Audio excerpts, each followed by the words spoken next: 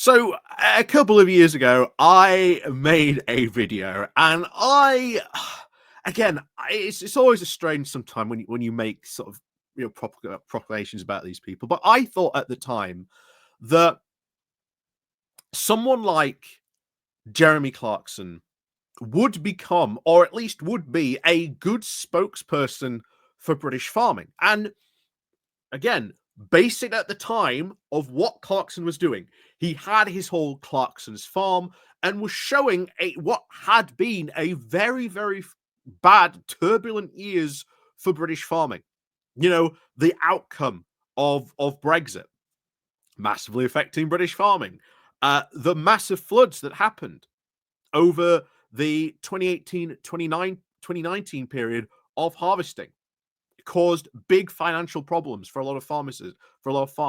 The pandemic itself. So his show really encapsulated a very troubling period, and it did itself highlight a lot of troubles that the average British farmer was facing at that time. Clarkson's farm highlighted that and showed, yes, these are actual problems that British farmers are facing that, again, the government, even though Kimmy Badenoch was out there trying to appeal to British farmers, didn't exactly appeal to you guys, remember?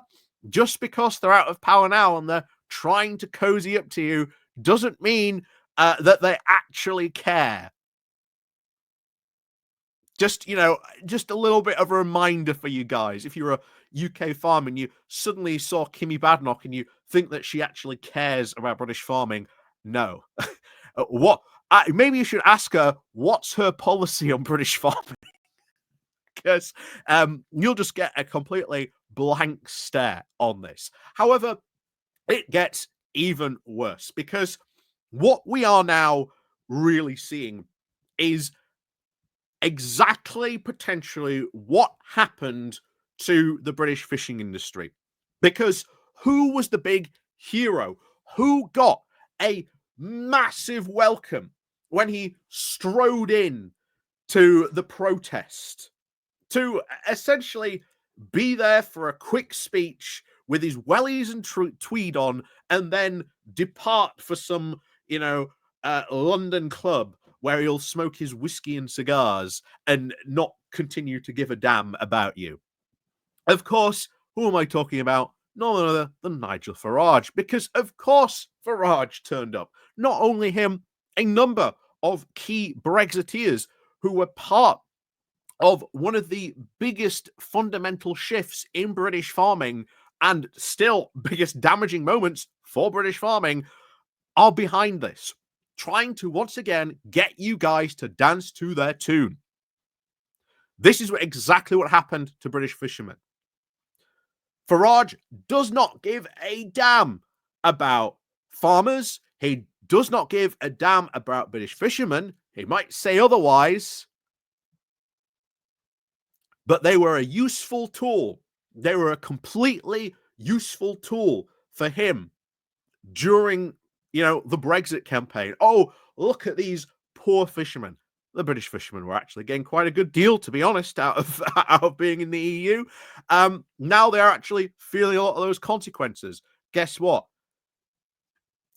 They actually probably, if you ask them, what do you prefer, being, in the EU or out of the EU, a lot of them are probably going to say, well, actually, we didn't really realize what the consequences of being outside the EU would mean. Maybe we prefer it in. And if you look at some of the polls that have been done, yeah, that is starting to sort of go against sort of Farage. Fishermen have slowly but surely been coming around to the idea, actually, this whole Brexit idea wasn't actually a very good one, purely because of the fact that they danced to Farage's. They danced to him. That he was the Pied Piper of fishermen, playing his pipe, dancing through the street, and the fishermen danced along to them. And I warned against it so many times. Farage is not the fisherman's friend. And guess what, farmers? He ain't your friend either. Neither is Jeremy Clarkson. Because this tax, this inheritance tax that is now coming in, bear in mind, farmers only have to pay 20% the inheritance tax. So they're not even paying full inheritance tax, and yet, oh, woe unto us having to pay this massive inheritance tax. Remember, you are talking about 0.25%. That is a quarter less than 1% of British farmland. So you are talking about what? What, 500 farms, which is a small amount, a very small amount of farmland that this applies to. Meanwhile, of course, the big problem in farming, if you really look at the numbers, last year, over 56% of UK farmland was bought by millionaires, by people like Jeremy Clarkson, like James Dyson. And thank you very much to Jeremy Clarkson. If you saw his little interview he had with Emily Mathis from Newsnight, yeah, absolutely pulled his pants down and gave him a complete spanking. Not a nice visual measure. It's the perfect way to describe it, really. Clarkson was stunned that she would use his own words against him, because he openly admitted in a newspaper, yes, he bought that farmland so he could avoid inheritance tax. Because about since the 80s, as a lot of people have been, very much pointing out, brought in by Margaret Thatcher, I believe 1985, I believe it was brought in, you don't have to pay anything on inheritance tax of farmland. And guess what? Since then, more and more farmland has not only been bought up by non-farmers, but this has now made agricultural land even more expensive. Now, new farmers since that point, every year has dropped like a stone. You only now pretty much get into farming if your parents also happen to be a farmer. That is the only way that farming has seen new entrants. So the big problem for the farmland at the moment, guys, if you really want to be protesting someone, complain against, Jeremy Clarkson, James Dyson, Nigel Farage for putting Brexit onto you guys. Those conservatives that were, campaigning with you when they took us out of the European Union and you lost access to the common agricultural policy and the rebate that you got from that.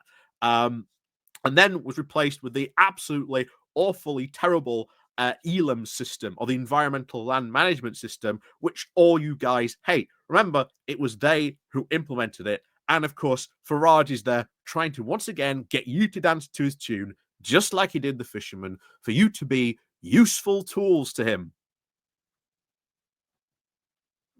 Next time it comes to an election, you'll be useful tools for him.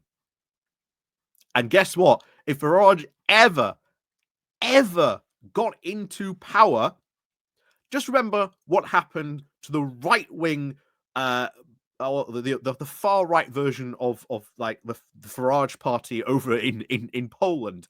The second they got into power, they just threw all their farmers, all their agricultural constituencies under the bus. They did not care about them. And even in the end, they desperately tried to win back that constituency, but they'd caught on and they realized, you guys don't care about us. So bear that in mind, because Farage will gladly throw farming under the bus. As we've seen, he wants to do all these crazy trade deals. He wants this trade deal with America, which will destroy British farming and agriculture. It would be a disaster. And unfortunately, many of you guys seem to want to dance to his tune, but we're going to probably have to deal with this argument for the next, probably the next couple of years. Hopefully, this dies out very quickly, but that's it. Farmers only have to pay 20% of inheritance tax. They're not even paying full inheritance tax. And you're talking about a very small, minuscule amount of farmers who will actually have to pay this inheritance tax. When, if you're looking at agricultural land, as we said, last year alone, over 56% was bought by non-farmers, by people like Jeremy Clarkson, by James Dyson, on the advice of financial firms to, guess what, avoid inheritance tax. So, as always, thank you very much for watching. And of course, as always, you can click the like, you can click the share button down below.